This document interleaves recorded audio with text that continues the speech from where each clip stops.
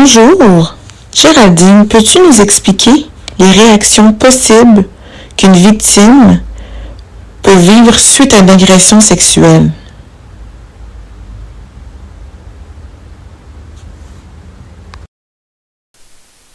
Merci Marisa. En fait, il est important de noter dès le départ que chaque victime peut vivre des conséquences et des réactions bien différentes. Certaines le vivent de manière très intense et d'autres n'en ont pas du tout. Il faut ajouter qu'il y a plusieurs conséquences sur différents plans.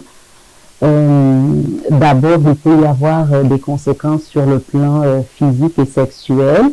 Donc, sur le plan physique, on peut parler de blessures, d'ITSS, le risque de grossesse aussi.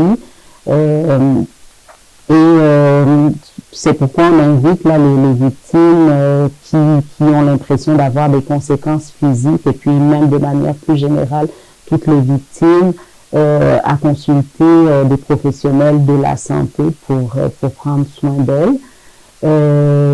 On a d'autres conséquences qui peuvent survenir, telles que l'insomnie, la baisse du désir sexuel ou au contraire une hypersexualité. De plus, certaines victimes peuvent se poser des questions quant à leur orientation sexuelle. Par exemple, lorsque un jeune homme agressé par un autre homme se questionne sur son orientation sexuelle parce qu'il a été agressé par un autre homme, mais il est important de préciser que l'orientation sexuelle des victimes n'a aucun lien avec l'agression sexuelle, puisque une agression sexuelle est une prise de pouvoir de la part de l'agresseur. Donc, suite à cela, on peut ajouter les conséquences sur le plan psychologique. Les victimes peuvent vivre, par exemple, des cauchemars, de reviviscence, que l'on appelle aussi flashback de l'agression. La sensation d'être sale. Les victimes peuvent aussi ressentir de la peur, de la colère. Elles peuvent se sentir impuissantes, coupables de ce qui est arrivé, ou même honteuses. Elles peuvent ressentir du dégoût d'elles-mêmes ou envers la sexualité. De plus, suite à cela, elles peuvent avoir de la difficulté à poursuivre leurs activités quotidiennes, telles que travailler ou étudier, par exemple. Le plan social n'est pas épargné. Il peut y avoir des conséquences aussi sur le plan social. La victime peut, par exemple, vivre du rejet ou de l'isolement de la part de sa communauté parce qu'elle a dénoncé l'agresseur. La victime peut aussi éprouver des difficultés au niveau relationnel car son entourage peut avoir de la difficulté à l'aider dans ce processus-là. Parfois, certaines victimes vivent de l'intimidation et il y a tout l'aspect aussi atteinte à la réputation. Certaines victimes perdent confiance envers l'entourage, envers les proches.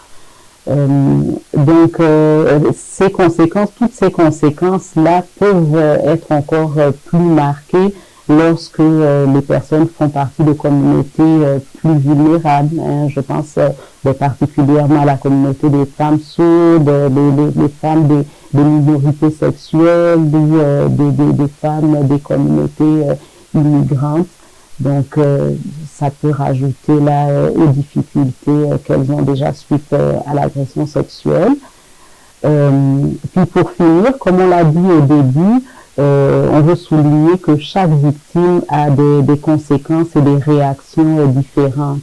Et puis, le tout peut s'exprimer vraiment de manière très variable. Donc, les agressions sexuelles sont un enjeu social qui cause des conséquences. Donc, ça, c'est un point important à retenir.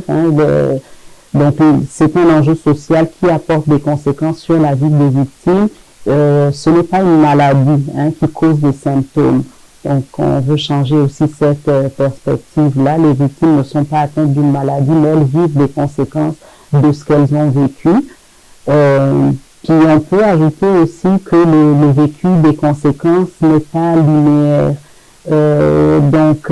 Parfois, il peut y avoir des périodes de vie plus tranquilles, des périodes de vie où les conséquences aussi refont surface. Donc, il peut y avoir vraiment une intensité variable du vécu des conséquences d'une femme à l'autre. Et certaines peuvent extérioriser leurs conséquences plus que d'autres. Et c'est important de respecter chaque parcours, chaque processus. Puis même, il est possible que certaines victimes ne vivent aucune conséquence. Donc, cela ne veut pas dire que ce qu'elles ont vécu n'était pas grave ou on ne devrait pas invalider leur agression parce qu'elles n'ont pas de conséquences. Donc, c'est juste que chaque victime réagit différemment face à ce type de situation. J'ai appris beaucoup de choses. Merci Géraldine. Merci.